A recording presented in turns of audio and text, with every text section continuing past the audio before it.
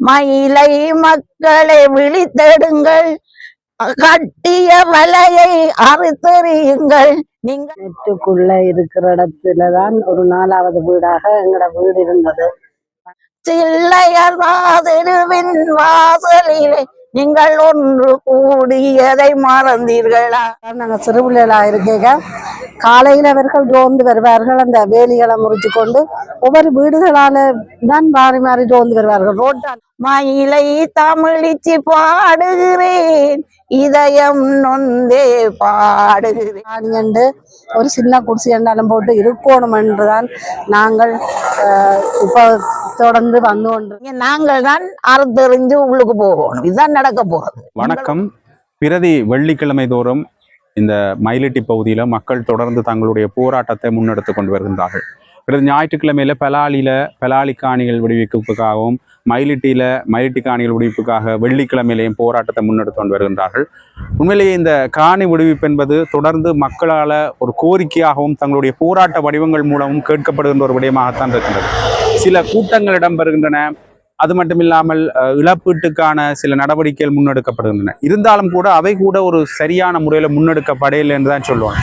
ஆனால் மக்கள் கேட்கறது எங்களுடைய காணிகள் எங்களிடம் தாருங்கள் என்றுதான். மாற்று காணிகள் எங்களுக்கு தேவையில்லை, எங்களுடைய காணிகள் எங்களுக்கு கட்டாயம் தேவை என்ற விடயத்தை தான் அவர்களும் முன்னெடுக்கின்றார்கள்.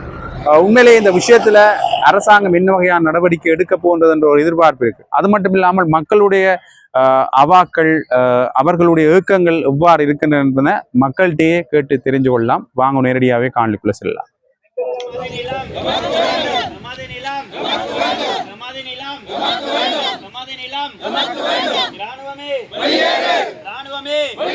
கடந்த பல வாரங்களாக நாங்கள் இந்த போராட்டத்தை தொடர்ந்து நடத்தி வருகின்றோம். ஆனால் இதற்கு எந்த விதமான ஒரு துளி நம்பிக்கை கூட அரசு நமக்கு காட்டவில்லை. அவர்கள் ஏனோ தானோ என்ற நிலைப்பாட்டில் இருக்கிறார்கள். நாங்களும் இதை விட போவதில்லை. இது எங்கள் காணி, எங்கள் நிலம். நாங்கள் கடந்த 36 வருடங்களாக எல்லா இடமும் சுற்றி அலைந்து ஊராக வீடு வீடாக எத்தனையோ வீடுகள் தாண்டி சொந்த நிலம் இல்லாமல் மிகவும் இடர்பட்டு மக்கள் வாழ்ந்து கொண்டிருக்கிறார். இதை அரசு உணரவே இல்லை. எங்கள் பாராளுமன்ற உறுப்பினர்கள் இதுவரையில் இப்படிப்பட்ட பிரச்சனை இருக்கிறது என்பதை அங்கே எடுத்து இயம்பவும் இல்லை. அவர்களுக்கே அது தெரியாது. இது ஒரு கைவிடப்பட்ட, நாங்கள் ஒரு என்னென்று சொல்ல தெரியவில்லை, இது நாங்கள் ஒரு ஆதரவற்றவர்கள், இவர்களின் பேச்சை எடுக்கக்கூடாது என்ற நோக்கமோ அல்லது தங்கள் பதவிக்காக தங்கள் கதிரைகளுக்காக இதை அரசாங்கத்துக்கு எடுத்து இயம்பவே இல்லை. இதுதான் உண்மை. அவர்கள் அப்ப தொடங்கி இதற்கு குரல் கொடுத்திருந்தால் எங்களுக்கு ஏதோ ஒரு விடை கிடைத்திருக்கும். ஆகவே இதில் எல்லாம் அரசும் தான் பாராளுமன்ற உறுப்பினர்கள் தான் ஏதோ வேண்டா வெறுப்பாக செயல்படுகிறார்கள். எங்கள் உணர்வுகளை எப்போது புரிந்து கொள்ளப் போகிறார்கள்? நாங்கள் படும் வேதனைகள், நாங்கள் படும் துன்பங்கள் அவர்களுக்கு எங்கே தெரிய போகின்றது? அன்றைக்கும் இன்றைக்கும் இது ஒரு திட்டமிட்ட இன அழிப்பு போல இதுவும் திட்டமிட்ட எங்கள் காணி பறிப்பு. இது திட்டமிட்டுத்தான் செய்கிறார்கள். இவர்களுக்கு ஏதோ காசை கொடுத்து ஏதாவது எங்கேயோ அங்கால கைவிடப்பட்ட இடங்கள்ல ஒரு காணியை கொடுத்து ஏமாற்றி விடலாம் என்றுதான் அரசு நினைத்து கொண்டிருக்கின்றது. இதற்கு நாங்கள் ஒரு நாளும் ஏமாறப் போவதில்லை.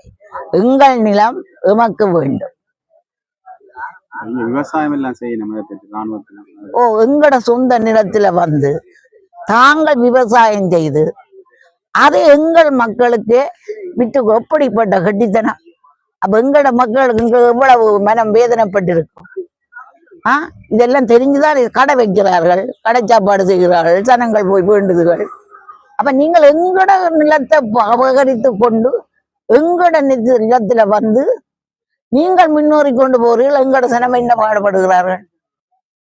இதற்கு ஒரு முடிவு வேண்டும். அரச அரச இதுகளும் கச்சேரிகளும் எங்களது செவிகளுக்கு கொடுக்கவில்லை. கச்சேரியில போன மாதம் போராட்டம் நடந்தோம். யாராவது அதுக்கு செவி மடுத்தார்களா? நாங்கள் இன்றைக்கும் ஏமாற்றப்பட்டு கொண்டுதான் இருக்கிறோம். இதுக்கு முடிவு காரணம் நாங்கள் தான் எங்களோட இதுகளை கட்டாயமாக இருக்க வேணும். எங்கட காணிங்க நாங்கள் தான் அறுத்தெறிஞ்சு உள்ளுக்கு போகணும். இதுதான் நடக்க போறது. நீங்கள் ஒன்றுக்கும் அசைய போறது.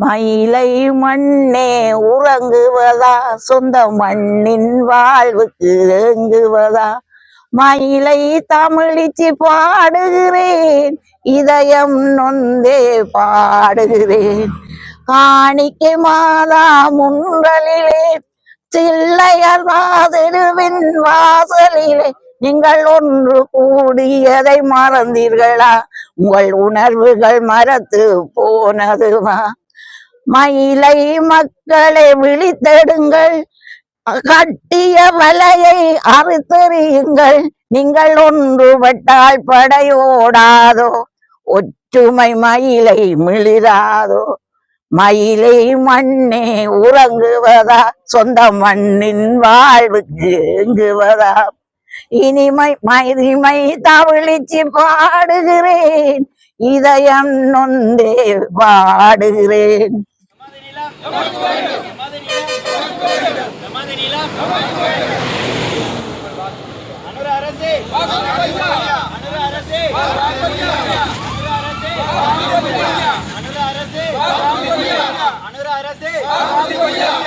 தொண்ணூறாம் ஆண்டு நாங்கள் இடம்பெயரும் போது இந்த பச்சை நெட்டுக்குள்ள இருக்கிற இடத்துலதான் ஒரு 4வது வீடாக எங்களோட வீடு இருந்தது.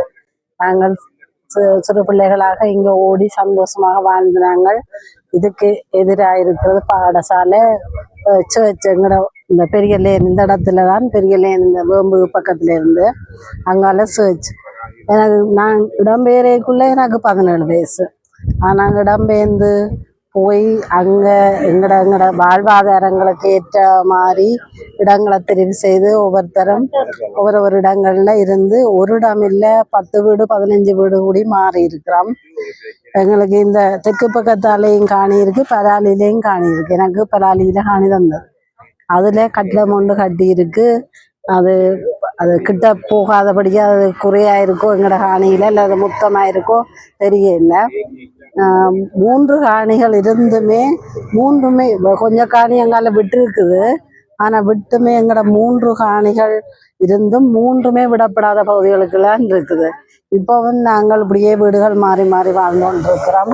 இதால கல்வி செயற்பாடுகள் எல்லாம் சரியா பாதிக்கப்படுது. தொழில்கள் கஷ்டம். நாங்கள் இருக்கிற இடத்துல கடத்தொழில் செய்கிறபடியா எங்களுக்கு இந்த பக்கம் கடல், இந்த இடம் எங்களுக்கு கடத்தொழிலுக்கு ஏற்ற இடமாக இருக்குது. ஆனால் நாங்கள் போய் இடம்பெயர்ந்து இருக்கிற இடத்துல வடமராட்சியில அவர்கள் செய்வதற்கே இடம் இல்லை. அவர்கள பிள்ளைகள் என்று செய்கிறதால எங்களுக்கு ஒரு நிரந்தரமான இடம் இல்லை. இங்க விட்டால் நாங்கள் வடிவா சந்தோஷமாக எங்களோட காணிகளிலிருந்து வடிவா தொழில்களை பெருக்கலாம், எங்களோட பொருளாதாரத்தை அபிவிருத்தி செய்யலாம். அதே போல தெற்கு பக்கத்திலேயும் விவசாயம் செய்கிற மக்கள், அவர்கள் எமக்கு விவசாயத்துல மரக்கறியை தருவார்கள், நாங்கள் மீனை கொடுப்போம், பண்டை மாற்றி செய்தெல்லாம் வாழ்ந்து கொண்டிருந்த நாங்கள். இப்ப அந்த விவசாயம் செய்கிற மக்களுக்கும் ஏற்ற காணிகள் இல்லை. அதுகளும் எங்களை போல ஒவ்வொரு இடங்களா வேற இடங்கள்ல எல்லாம் இருக்கணும். சில பேர் தொழில் அந்த விவசாயம் வேறு ஆக்களின் காணிக்குள்ள குத்தகை எடுத்து செய்யணும். பலர் விவசாயம் செய்ய வசதி இல்லாதல தொழிலே செய்யாமல் வேற கூலி வேலைகளுக்கு போறவர்கள் இருக்கிறார்கள். இப்ப இதுகள் எங்கட இடத்தை பொறுத்தளவில் இந்த வடக்கு பக்கம் எல்லாம் இராணுவ முகாம் சரியான குறைவு. ஆனால் நிறைய வெற்று காணிகளாக தான் இருக்கு. ஆனால் நாங்கள் இருக்கிறதால அவர்களுக்கு பாதுகாப்பு இல்லைன்னு சொல்றத என்னால இயற்கை இல்லாமல் கிடைக்கும். நாங்கள் இந்த இடத்துல இருந்து நாங்கள் எங்கட மதில் இல்லாத காணிகள் வேலிகளுக்குள்ளார நாங்கள் சிறுபிள்ளைகளாக இருக்க காலையில் அவர்கள் ரோந்து வருவார்கள். அந்த வேலிகளை முறிச்சு கொண்டு ஒவ்வொரு வீடுகளால தான் மாறி மாறி ரோந்து வருவார்கள், ரோட்டால இல்லை. அப்போ நாங்கள் அவர்களோட இங்கே இருந்த நாங்கள். இப்பவும் நாங்கள் இடம்பெயர்ந்து போயும் வடமராட்சி பருத்துறைன்னு சொன்னா பெரிய இராணுவ முகாம், ஜெட்டி முகாம், கோரியடி முகாம், நிறைய முகாம்கள் இருக்கு. அந்த பெரிய முகாம்களுக்கு மிக அருகில எங்கட இடம்பெயர்ந்த மயிலிட்டி பலாலி மக்கள்லாம் இருக்கணும்.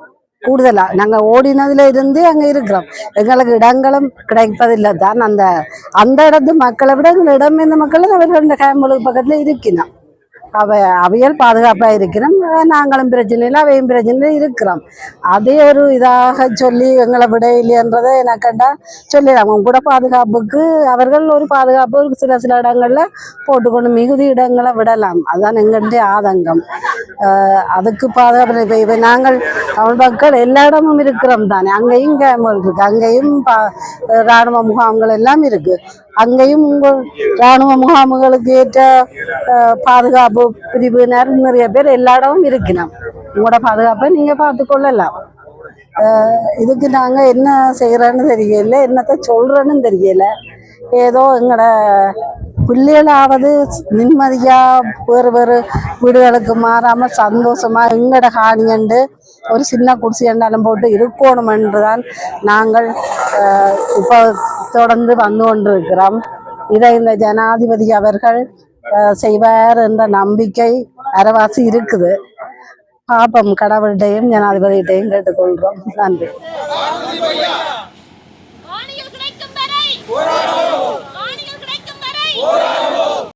இந்த குரல்கள் வெறும் கோஷங்கள் அல்ல, தங்களுடைய சொந்த நிலத்துக்காக தொடர்ந்து ஏங்கி தவிக்கும் ஒரு தலைமுறையின் வேணவாக்கள்.